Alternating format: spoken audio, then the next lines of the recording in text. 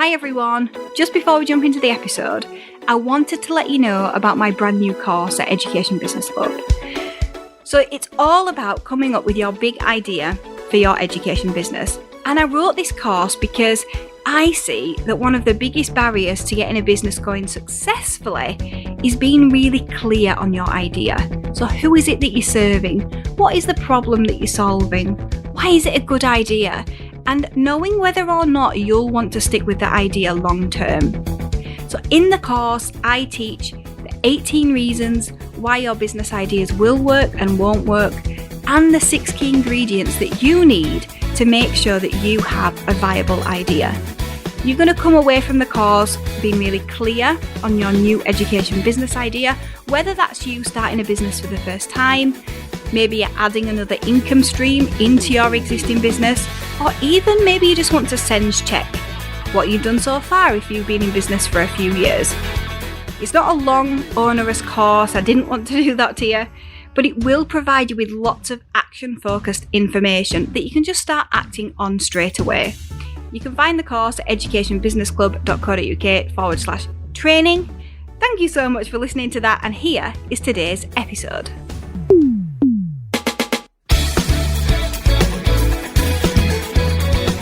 This is the Education Business Podcast for consultants and business owners providing services in schools.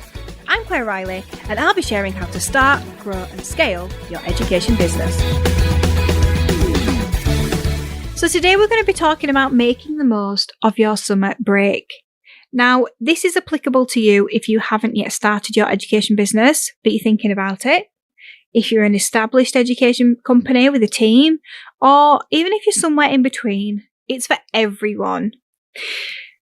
Now, maybe you're expecting me to say that you should work the whole way through the summer and take no time off, even though the schools are off, so that you can catch up on yourself.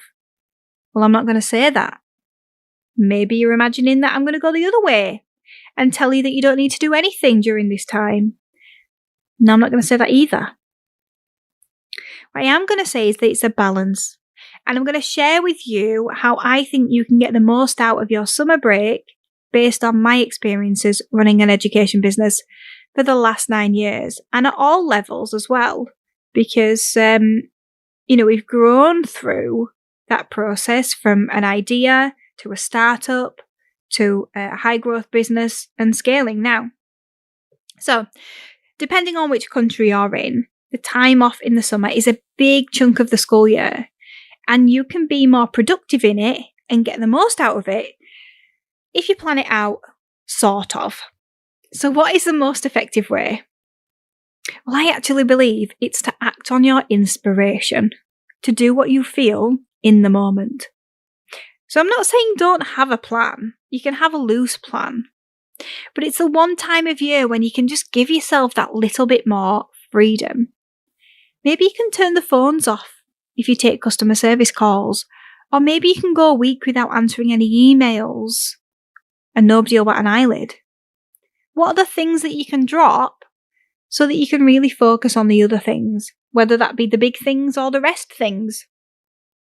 Now, I did say have a plan. So what projects could you get your teeth stuck into over this period of time, especially when you're not worrying about some of the other day-to-day things? I used to have in mind a certain number of resource lines that I wanted to start, or a number of resources that I wanted to get onto the site. And Ed would focus more on upgrading elements of the website while it was quiet.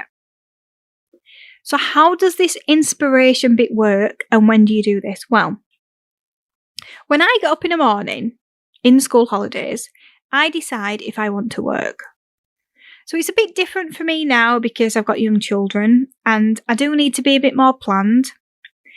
But I know that to be effective for the rest of the school year, I do have to make sure I rest in this period, because it's really easy to just plough ahead, not have a rest, be addicted to the fact that we're getting ahead and not be effective by the end of it.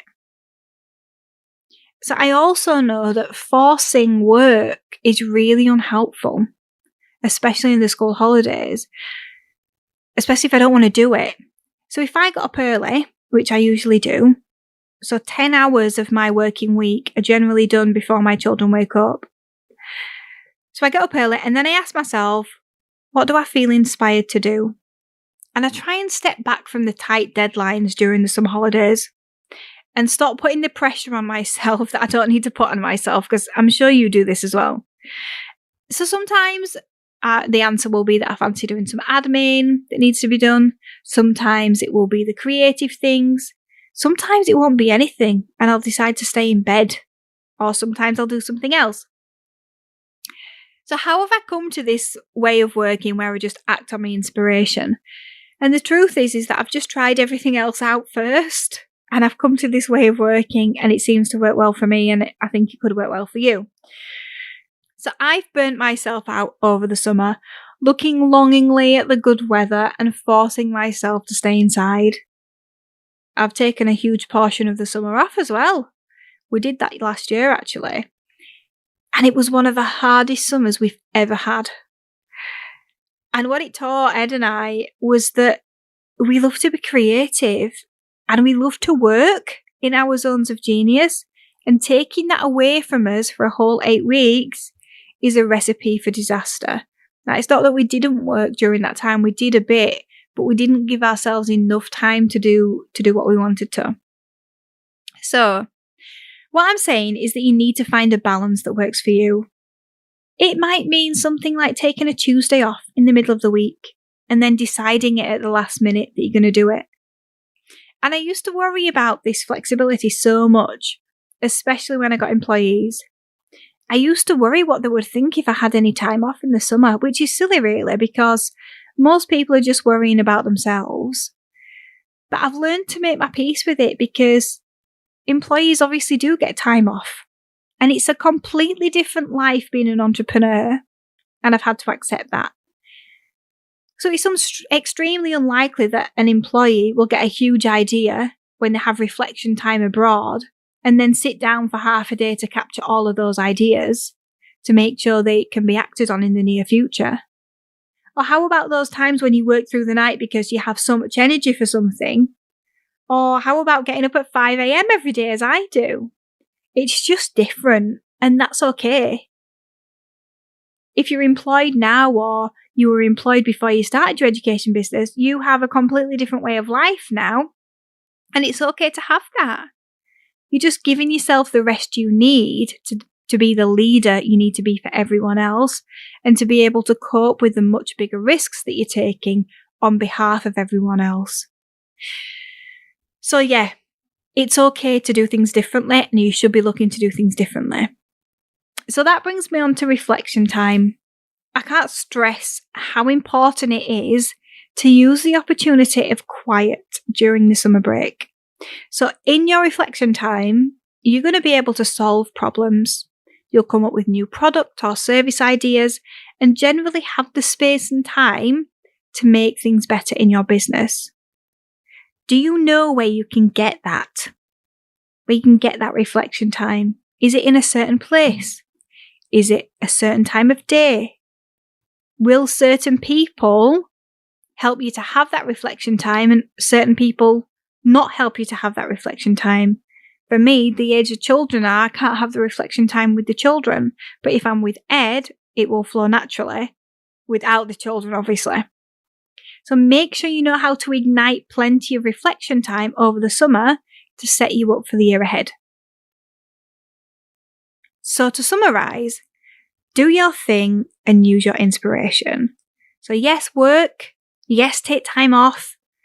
Do both of those things, but most importantly, don't feel guilty about doing either of these things, so that you can head into the new academic year feeling really refreshed and ready to go. So I'd love to know how you plan on spending your summer break. Let me know on Instagram. I'm at Claire Riley Teacher Entrepreneur, so send me a message. And if you're enjoying learning from the Education Business Podcast as much as I enjoy creating the content, then I'd love it if you can leave me a 5-star review on the platform that you're listening to.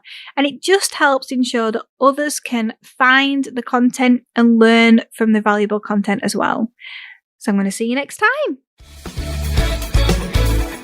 Thank you for listening to the Education Business Podcast. To get more information to grow your business, sign up at educationbusinessclub.co.uk.